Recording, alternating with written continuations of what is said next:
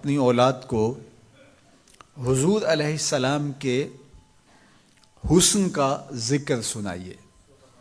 حضور کے جمال کے تذکرے بتائیے۔ یہ انسانی فطرت ہے، یہ انسانی طبع ہے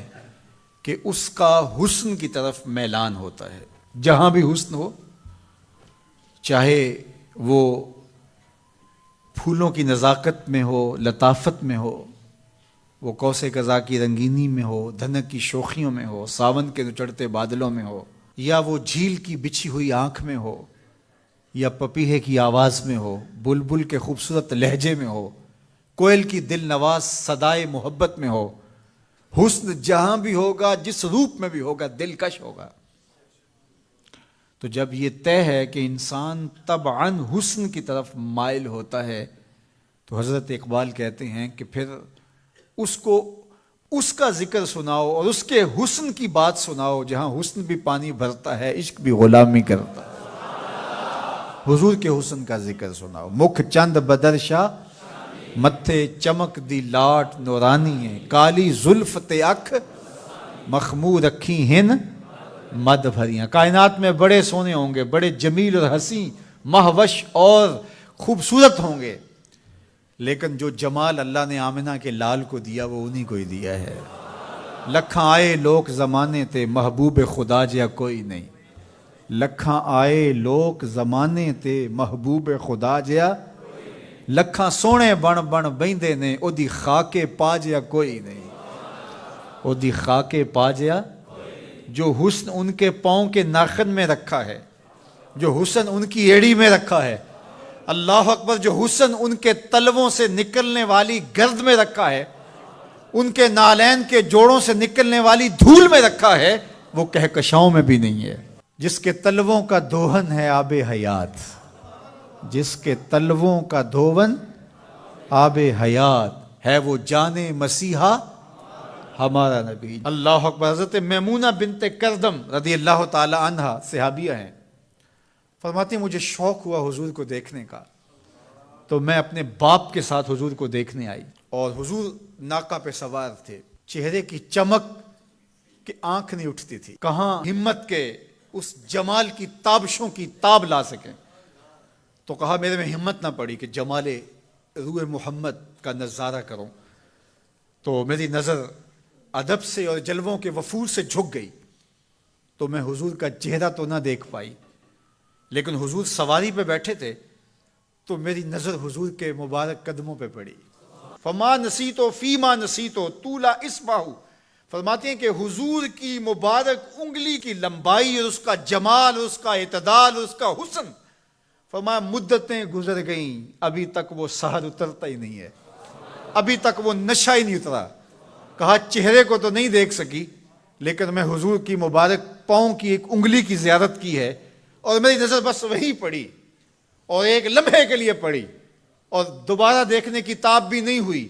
لیکن حضور کی انگلی کا وہ جمال اب تک میرے خیالوں میں بسا ہوا ہے۔ یا جس کے مبارک پاؤں کی انگلی اتنی جمیل ہے کہ سال گزرنے کے بعد وہ سحر ختم نہیں ہوتا، اس کی پیشانی کی چمک کا عالم کیا ہوگا، اس کے رخساروں کا جمال کیسا ہوگا۔ تو ایک شاعر نے تو قلم توڑ دیا، اس نے کہا کہ قدموں پہ جبیں کو رہنے دو، قدموں پہ جبیں کو رہنے دو، چہرے کا تصور مشکل ہے۔ ذرا غور کیجئے، یہ میمونہ بنت کردم کی کہانی ہے، شاعر کی زبانی میمونہ بنت کردم کی کہانی، اور آپ کی سماعتوں کو چمک دے رہی ہے، اور میری زبان کو لطافت بخش رہی ہے۔ میری زبان میٹھی نہیں ہے، حضور کا نام میٹھا ہے۔ وہ کسی نے کہا تھا نا کہ میں بلبل خوش لہجائے گلزار نبی ہوں، میں بلبل خوش لہجائے گلزار نبی ہوں، میٹھی ہیں میری باتیں نمک خار نبی ہوں۔ میں میٹھا نہیں ہوں، میری زبان پہ جو نام ہے وہ نام میٹھا ہے۔ آپ کی سماعتوں میں رس گھل رہا ہے تو یہ نام محمد کی برکت ہے، اور روح کو تازگی مل رہی ہے، فرحت مل رہی ہے۔ ابھی شعر مکمل ہوگا تو آپ بے چین ہو جائیں گے، اندر بوٹی مشک مچایا اتے جاں پھلاں تے آئی ہوں، خوشبو پھیل جائے گی اندر۔ سنیے لفظ، میمونہ بنت کردم کہتی ہیں کہ کہ میں اس جمال کو ابھی تک بھول نہیں سکی، وہ نشہ ابھی تک اترا نہیں ہے، وہ حسن ابھی تک نگاہوں سے ہٹا نہیں ہے، سال گزر گئے، مدتیں بیت گئیں، ابھی تک انگلی کا جمال نگاہوں کے سامنے ہے۔ تو شاعر کا تصور دیکھیے، وہ کہتا ہے کہ قدموں پہ جبیں کو رہنے دو، قدموں پہ جبیں کو رہنے دو، چہرے کا تصور مشکل ہے، چہرے کا تصور، جب چاند سے بڑھ کر ایڑی ہے رخسار کا عالم کیا ہوگا، جب چاند سے بڑھ کر ایڑی ہے رخسار کا عالم کیا ہوگا۔ تو اپنی اولاد کو حضور کی محبت سکھاؤ، انہیں حضور کا حسن بیان کرو۔ مجھے بتاؤ کہ میں حضور کے حسن کا ایک واقعہ سنایا ہے، آپ کی روح پرواز کر رہی ہے کہ نہیں؟ حضور کی محبت کا لیول بلند ہوا کہ نہیں ہوا؟ اور یہ ابھی حضور کی مبارک انگلی کا حسن تھا، ابھی رخ منور کا تذکرہ نہیں چھڑا، ابھی پیشانی کی کہانی نہیں چھڑی، ابھی تو لب لالی کی بات نہیں ہوئی، ابھی تو زلف عنبری کی کہانی نہیں چھڑی، ابھی تو ان کی مبارک آنکھوں کی بات ہی نہیں ہوئی۔ کیا خوب سجن دیاں اکھیاں نے، کیا خوب سجن دیاں اکھیاں نے، جویں پر کے سرائیاں رکھیاں نے، ابھی تو ان آنکھوں کا تذکرہ نہیں چھڑا، اور مازاق کے کجلوں کی کہانی نہیں چھڑی،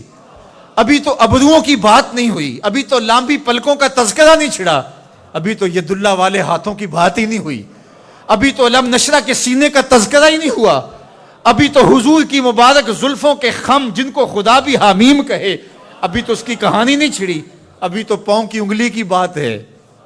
اور روح رقص کر رہی ہے۔ تو جب آپ اپنی اولاد کو حضور کے چہرے کا ذکر کریں گے، حضور کے جمال کی کہانی سنائیں گے، تو ان کے سینے میں حضور کا پیار پیدا ہوگا یا نہیں ہوگا؟